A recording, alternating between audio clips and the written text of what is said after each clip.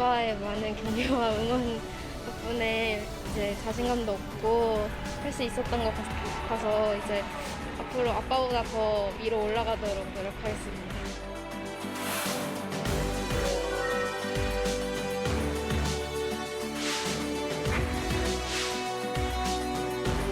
이건 진짜 말로 표현할 수 없을 정도로 제가 이게 맞나? 이 투엘 235가 맞아? 꿈이야? 코치님하고 코치 이거 꿈이에요? 했던 것 같아요. 하나가 너무 귀여운다. 하나가 하나를 똘똘 뭉쳐서 팀워크가 있었기 때문에 정말 중요한 순간에 저희가 일본을 이기게 돼서 너무 기쁘게 생각합니다.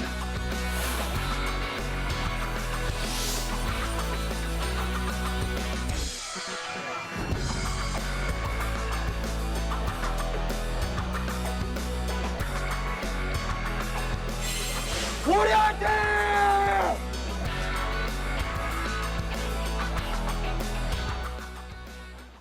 네, 여의도 사사건건 코너만 끝났고요. 사사건건 계속 이어갑니다.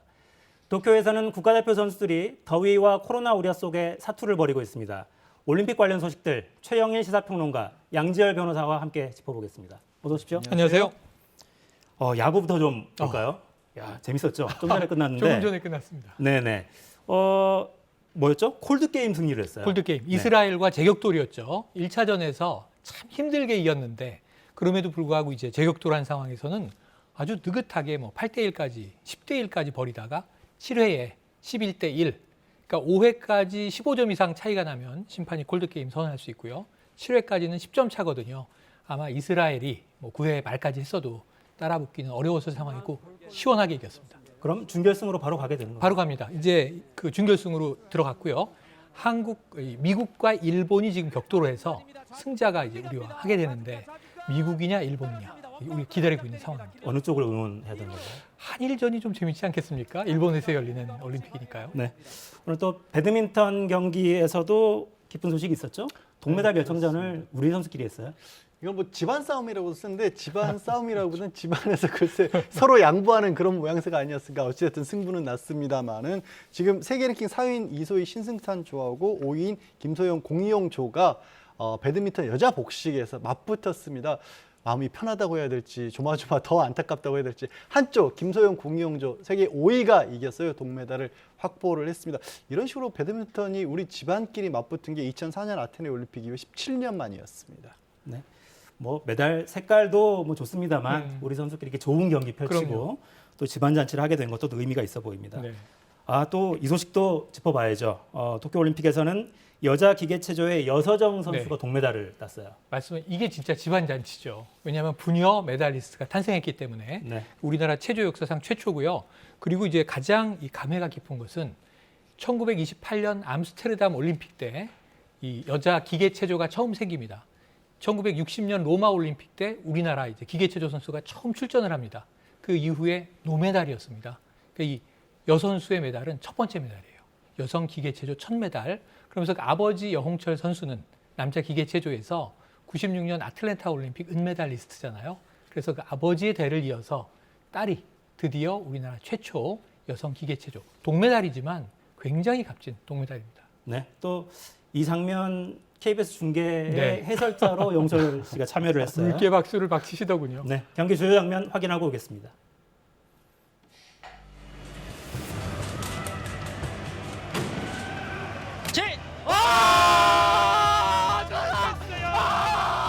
너무 잘했어요. 너무 잘했어요. 착지도 거의 완벽했습니다.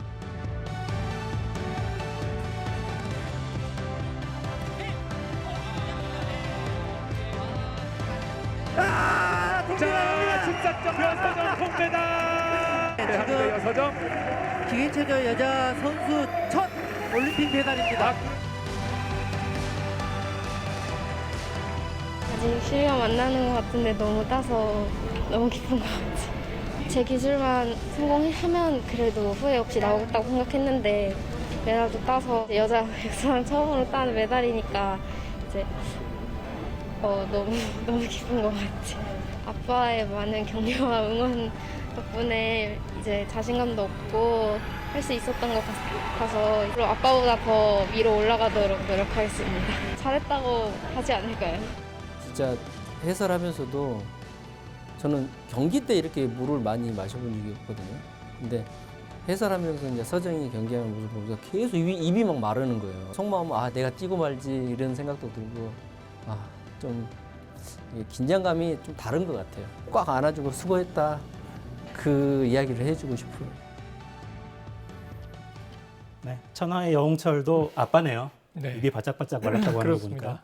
근데 이번 결과가 그러니까 응답하라 1996 같은 느낌이에요. 네. 그때 장면과 거의 비슷하죠. 네, 맞습니다. 그러니까 거의 지금 화제가 되고 있는 게 또 이제 그 인터넷에서 과거 영상들이 다시 이제 소환이 된 거죠.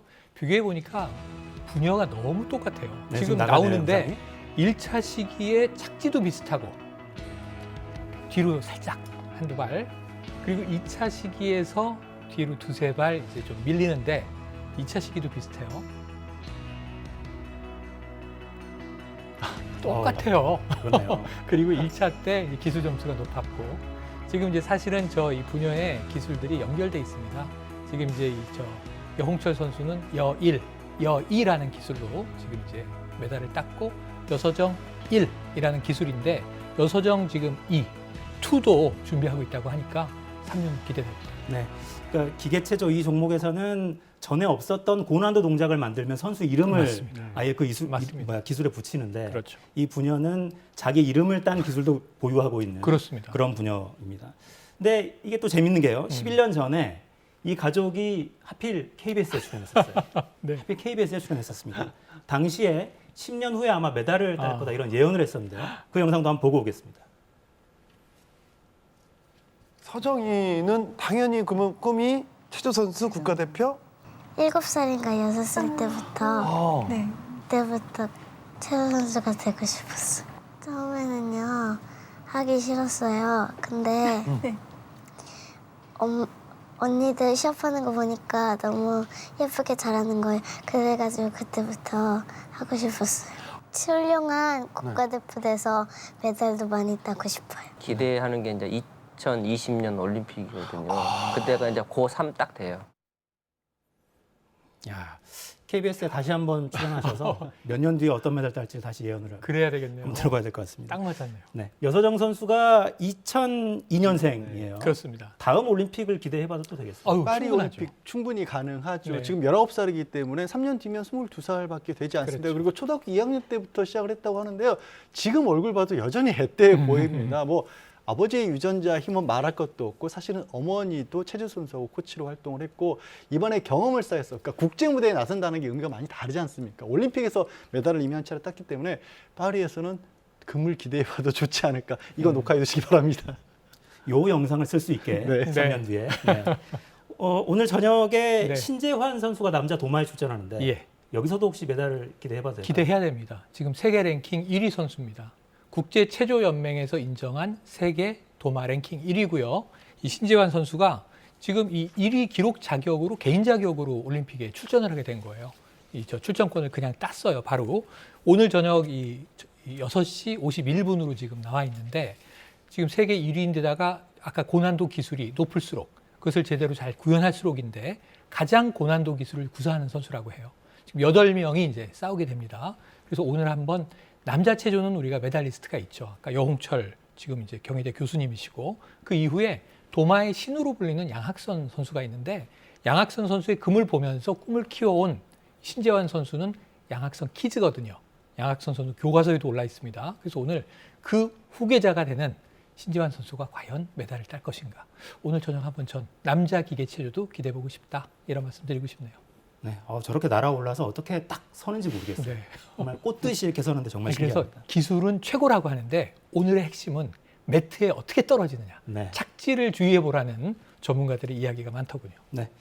또 양궁 이야기를 네. 하지 않을 수가 없습니다. 한국 양궁은 최고죠. 뭐 그냥 국가대표 선발전이 올림픽이나 마찬가지인데 역시 근데 안산 선수가 한국 선수로는 처음으로 하계 올림픽 단일 대회 첫 3관왕이죠. 네, 그렇습니다. 안산 선수가 이제 올해부터 혼성전이 단체전으로 그렇죠. 생겼거든요. 그래서 개인, 단체, 혼성 이렇게 딸 수가 있는데 세 개를 다 딴 겁니다. 말씀하신 것처럼 3관왕을 차지한 것이죠.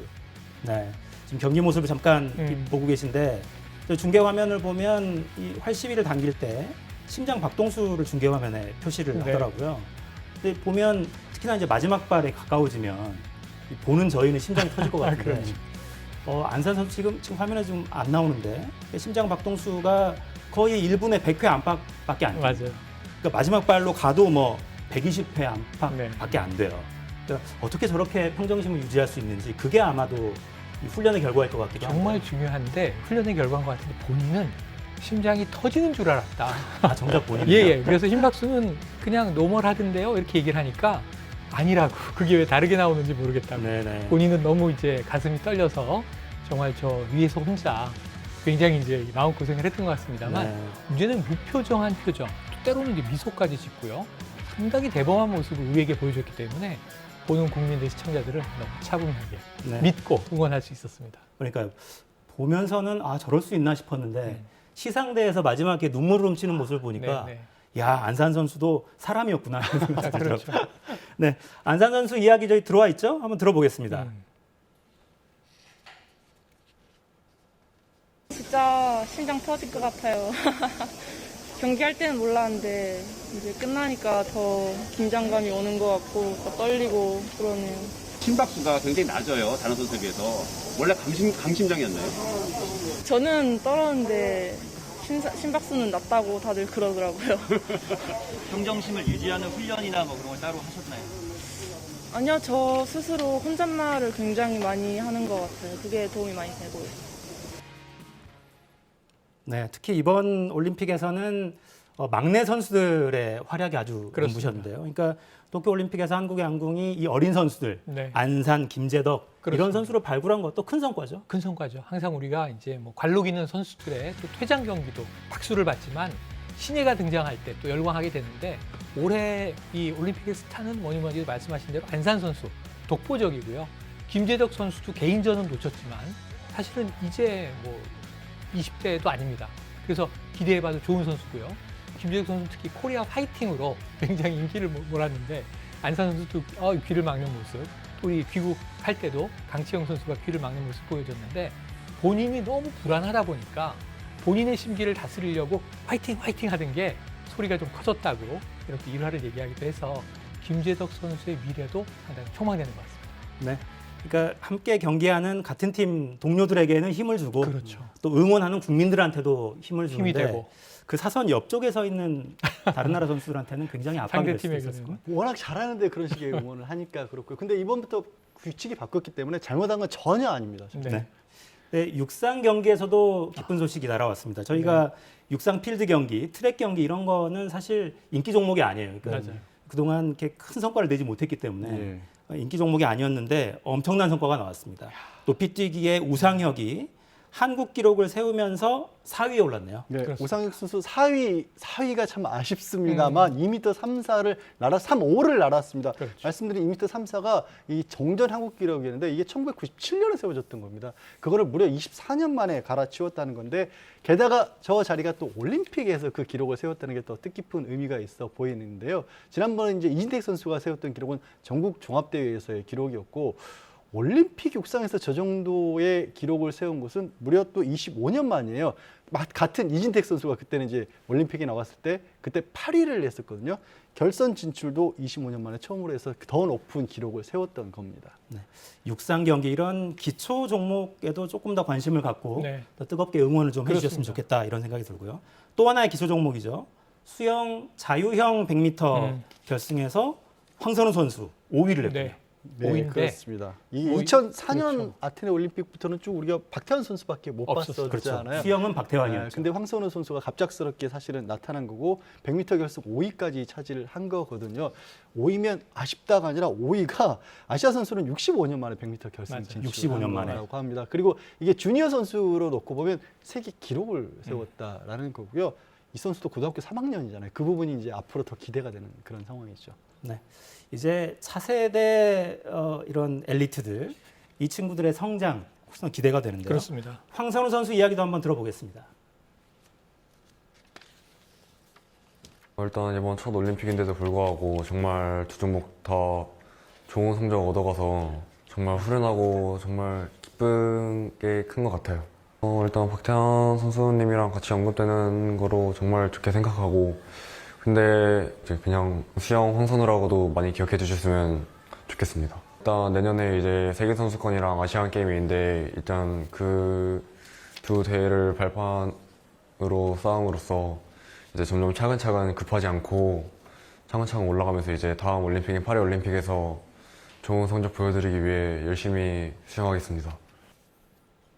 네, 박태환 선수님이라고 하네요. 네. 도쿄올림픽 폐막까지 이제 일주일 남았는데요. 네. 남은 주요 경기 관전 포인트 한번 짚어볼까요? 네, 오늘 저 신재환 선수 아까 도마 남자 기계체조 꼭 보셔야 되고요.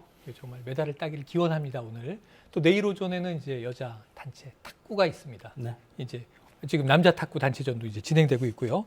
그리고 여기다가 내일 모레부터는 한국 여자 골프 박인비 선수 리우 때 금메달리스트거든요. 이번에 2연패를 할지. 그리고 지금 4명이 출전했는데 모두 다 세계 랭킹 탑 10에 있는 선수들입니다. 한국 여자 골프도 이제 유망주고요. 그리고 구기 종목 많이 기대하실 거예요, 아마. 자, 이제 야구는 4강 올라갔고, 그리고 여자 배구 요즘에 너무 인기가 좋습니다. 이제 8강전 치러야 되고요. 그리고 꼭 하나 말씀드리면 근대 5종 경기 우리나라에서 불모지인데 전웅태 선수라는 선수가 출전을 하는데 이 정말 중요합니다. 이게 펜싱, 수영, 승마, 크로스컨트리, 사격까지 하는 그런 5종 경기인데 펜싱 박상영 선수와 절친입니다. 95년 전웅태 기대해 주시고 케냐에서 귀화한 마라톤 선수가 있습니다. 오주환 선수. 오직 한국을 위해서 질주하겠다. 이런 이름이라고 해요. 마라톤까지도 기대해 볼 만하겠습니다. 네. 뭐 메달 소식, 우리 선수들의 선전 소식 이런 것도 좋은데요. 우리 선수들 성적과 관계없이 뜨거운 응원 보내주셨으면 좋겠습니다.